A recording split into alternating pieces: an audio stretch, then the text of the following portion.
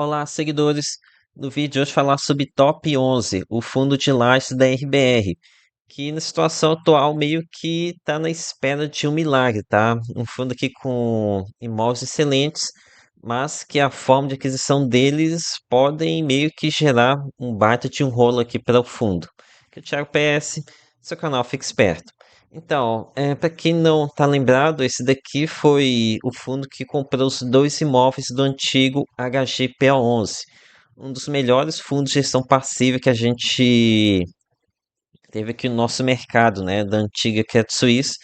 Fez aqui um excelente trabalho, entregou algo que poucos fundos imobiliários conseguiram entregar, né, que foi um crescimento de renda consistente.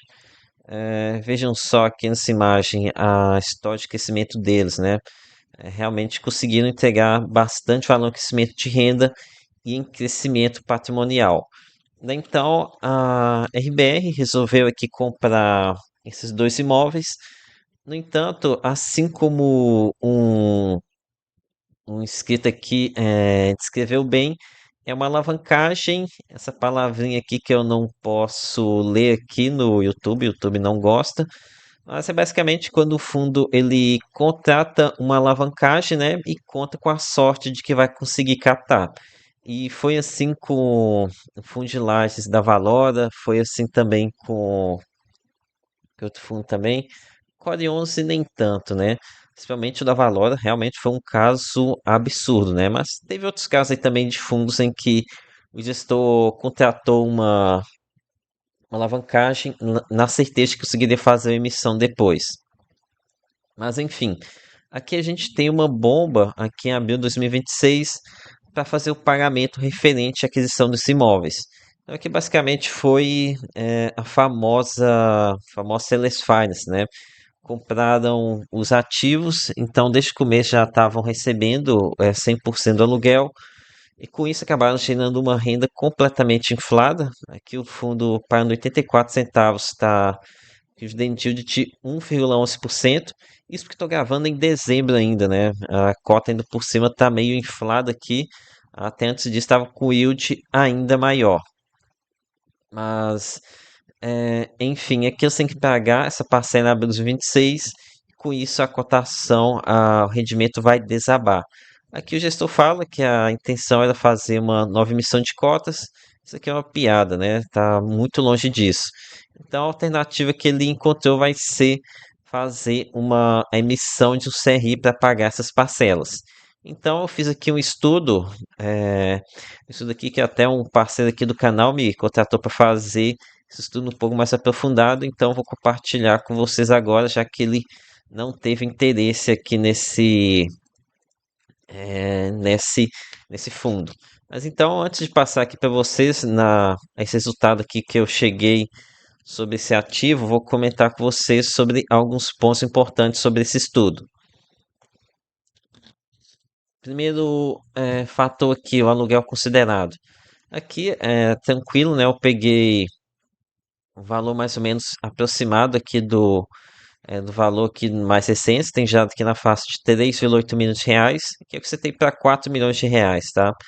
Aqui a receita financeira, eu zerei ela nas minhas projeções, pois como o gestor ele vai ter que pagar essa parcela, eu acredito que ele vai utilizar todo o valor que ele possui em caixa para diminuir o valor a ser pago, né? Pelo valor para emitir o mínimo possível de CRI.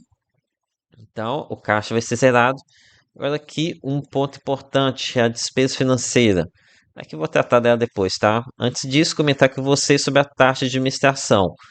Aqui a RBR, ela diz o seguinte, que ela estuda a possibilidade de abrir mão da taxa de gestão para reduzir o impacto desse pagamento, né? Mas aqui ficou a minha questionamento. Se o gestor ele vai se a Pátria também vai abrir mão dessa taxa de gestão, né? A Pátria com certeza é uma gestora muito menos precotista do que a RBR, que acabou de comprar aqui os fundos da casa.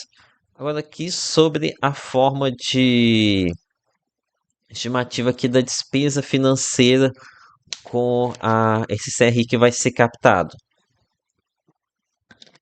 Primeira coisa, a quantidade que vai precisar ser captado. Aqui eu cheguei a um valor de 200 milhões de reais. Vou explicar para vocês como é que eu cheguei a esse valor. Aqui, ó, eles falam que passa a ser marcado corrigido pelo valor de 278 milhões de reais em abril de 2026. Então, esse valor que eles vão pagar, daqui eu extraí o valor em caixa. Aqui, ó, tem 48 milhões em CRIs, 29 milhões em renda fixa. Então, aqui deu 201 milhões, 201 milhões de reais, eu arredondei para 200 milhões. Então, eu tenho que pagar 200 milhões de reais aqui em abril. Então, aqui com relação ao custo dessa dívida, aqui a gente tem duas opções. Se ele vai ter uma emissão em IPCA ou em CDI. Também sobre o prêmio de risco aqui, tive que fazer uma estimativa, né? Coloquei taxas baixas aqui, muito por conta são ativos de alta qualidade, conforme vou falar aqui ao longo do vídeo. Então, coloquei aqui prêmios baixos, né? De IPCA mais 8, CDI mais 1%. Enfim, se a gente tem aqui um custo de anual aqui de juros de 8%, aqui daria um juros anual de 16 milhões de reais, o que no resultaria aqui um custo mensal de 1,33 milhão de reais, que é esse valor que vocês estão vendo aqui. Já se a gente tem uma dívida em CDI, a coisa aqui fica feia, né? Uma dívida CDI a 200 milhões de reais. Aqui coloquei uma Selic em média de uns 13% ao longo de 2026, a gente está falando de um custo de aproximadamente 14% ao ano, ou seja, 28 milhões de reais de custo anual. O custo mensal, então, dividido daqui por 12, a conta é mais certinha, não é assim, né? É linear, vai ser cerca de 2,33 milhões de reais por mês. Daí eu passei esses valores aqui para essa tabela, né? Então, nisso, eu cheguei aqui ao resultado. Aqui vocês estão vendo o estado aqui no patamar atual, né? Girando aqui cerca de 88 centavos, que daria um dividend yield de 1,25 ou de normalmente 1,15 na cotação atual. Agora aqui vamos para o resultado aqui com após o pagamento. Olha, aqui no cenário de captação via IPCA, a gente teria aqui um resultado na casa dos 55 centavos por cota.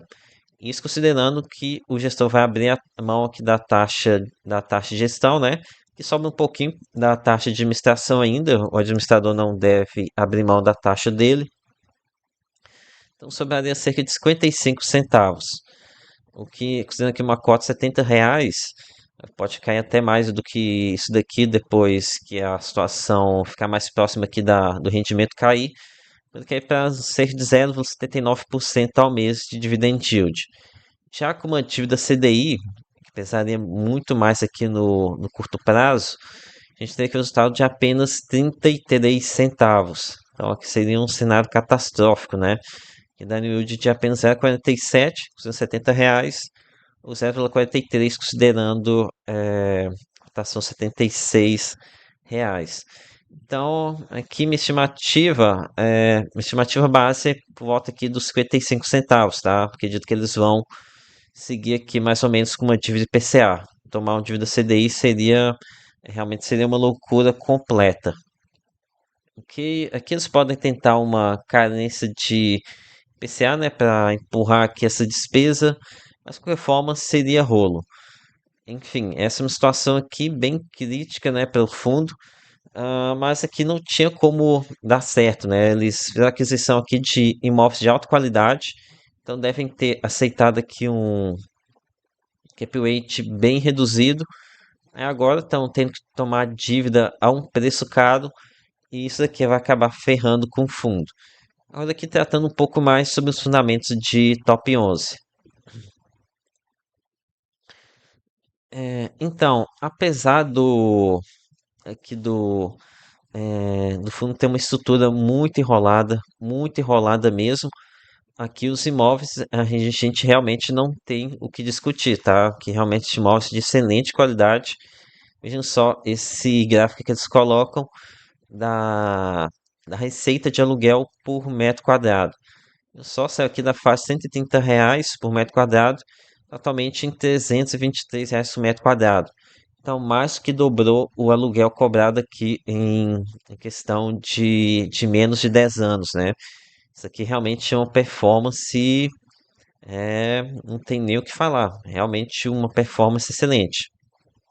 E que os dois imóveis estão ali bem próximos à Faria Lima, né? Que a Faria Lima tem aqui um pouco de lado. Então, ó, dá até para ver que aqui são lajes que atraem bastante em peso do mercado financeiro. Que é o 26% tá em gestores de recursos, 24% em family office e 23% em hold, também no mercado financeiro, 10% em serviços financeiros. Então, basicamente, atendendo só o mercado financeiro. E é só o mercado financeiro mesmo que tem condições de pagar e que tem condições, não, né? Que quer pagar mais de R$ 300 o metro quadrado para uma laje corporativa.